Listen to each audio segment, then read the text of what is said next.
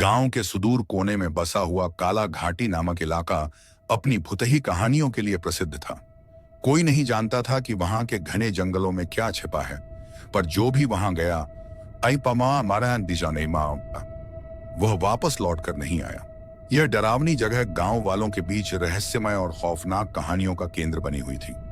बच्चों को अक्सर समझाया जाता, कभी काला घाटी के जंगल की तरफ मत जाना, वहां सिर्फ मौत है।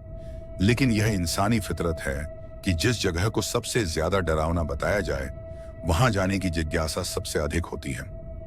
कहानी की शुरुआत, राघव एक 22 वर्षीय नौजवान शहर से गांव आया था।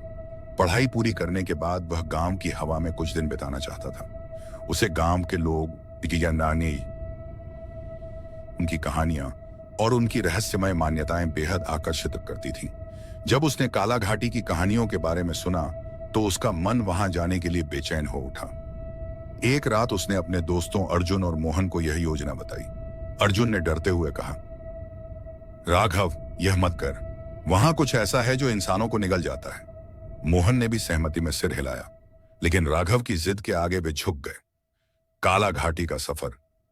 अगले दिन तीनों ने तय किया कि वे काला घाटी के जंगल में जाकर सच्चाई का पता लगाएंगे।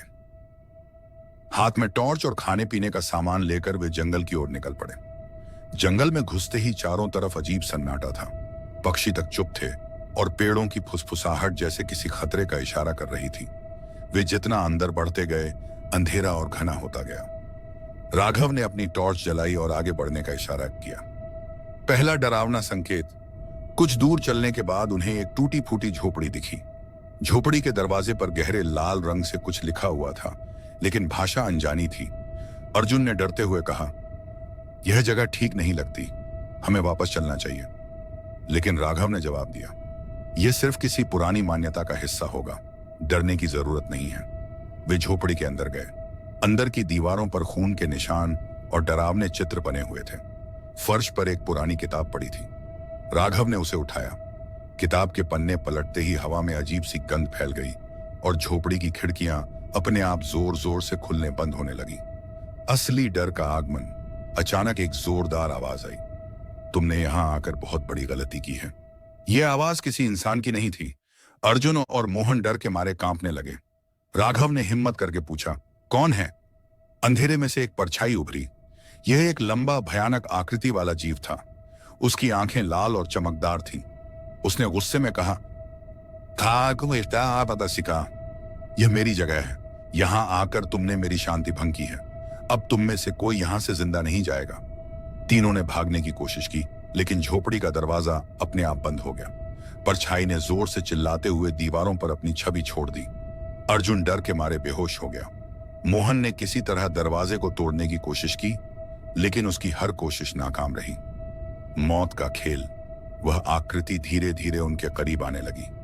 राघव ने साहस करके कहा, हम यहां तुम्हारा नुकसान करने नहीं आए हैं, हमें माफ कर दो। लेकिन आकृति ने गुस्से में कहा, तुम इंसानों ने हमेशा मेरी जगह को अपवित्र किया है, अब तुम्हें इसकी सजा भुगतनी होगी। अचानक झोपड़ी में आग लग गई। चारों तरफ धुआं भरने लगा। राघव और मोहन ने अर्जुन को उठाया और किसी तरह खिड़की से बाहर कूद गए। झोपड़ी के बाहर भी वही परछाई उनका पीछा कर रही थी। काला घाटी का रहस्य। भागते भागते वे जंगल के एक तालाब के पास पहुंचे। वहां उन्हें एक बूढ़ी औरत मिली जो रहस्यमयी ढंग से मुस्कुरा रही थी। उसने कहा, तुमने उसे जगा दिया है, अब तुम्हारा बच पाना मुश्किल है। राघव ने पूछा, कौन है वह और हम कैसे बच सकते हैं?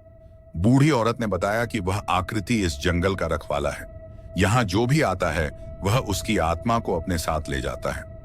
तुम्हें उससे बचना है तो इस तालाब में डुबकी लगानी होगी। यही एकमात्र रास्ता है। तीनों ने बिना सोचे समझे तालाब में छलांग लगा दी। लेकिन तालाब के अंदर एक अलग ही दुनिया थी। वहां हर तरफ अंधेरा और डरावनी आवाजें थीं।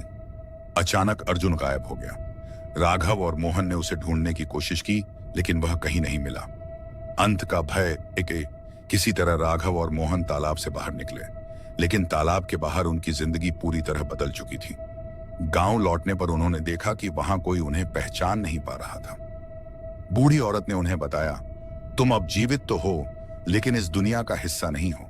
तुमने जो देखा और झेला वह तुम्हें हमेशा डराता रहेगा। काला घाटी ने तुम्हें हमेशा के लिए बदल दिया है।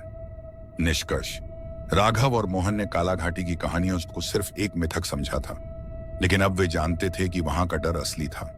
यह डर सिर्फ भौतिक नहीं, आत्मा तक को झकझोर देने वाला था। काला घाटी की कहानी ने साबित कर दिया कि कभी कभी इंसान का जिज्ञासा भरा स्वभाव उसे ऐसी जगहों पर ले जाता है जहां सिर्फ डर से भी बड़ा डर इंतजार कर रहा होता है।